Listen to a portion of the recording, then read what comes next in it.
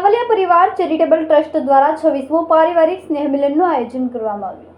આજરોજ મોટા વરછા ખાતે અક્ષરવાડી ફાર્મમાં સાવલિયા પરિવારનો 26મો સ્નેહ મિલન સમારોહનું આયોજન કરવામાં આવ્યું, જેમાં મોટી સંખ્યામાં સાવલિયા પરિવારના લોકો ઉપસ્થિત રહ્યા હતા।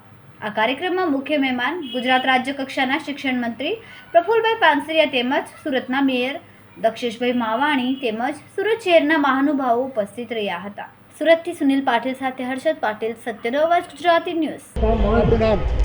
બાબુભાઈ અને સાવલિયા મોલડીવાળા આજનો સાવલિયા પરિવારનો 26મો સ્નેહ મિલન સમારોહ યોજવા જઈ રહ્યા છીએ।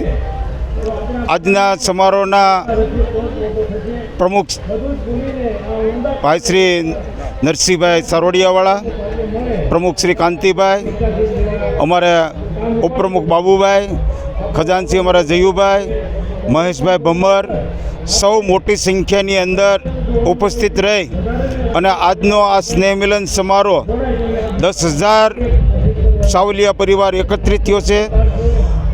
બાળકોને ઇનામ આપી પ્રોત્સાહિત કરીએ છીએ, નોટબુક આપીએ છીએ, તેમજ બધાને ગંગા સ્વરૂપ બહેનોને સહાય રૂપિયા રોકડ આપી અને એમને પણ સહાય કરીએ છીએ। વિવિધ પ્રવૃત્તિ દ્વારા આ પરિવાર દ્વારા જે કાંઈ સમાજમાં ઘટતું કરવતું હોય તેમાં પૂરેપૂરો સાવલિયા પરિવાર સહયોગ આપી રહ્યો છે અને ભવિષ્યમાં પણ આપતો રહેશે।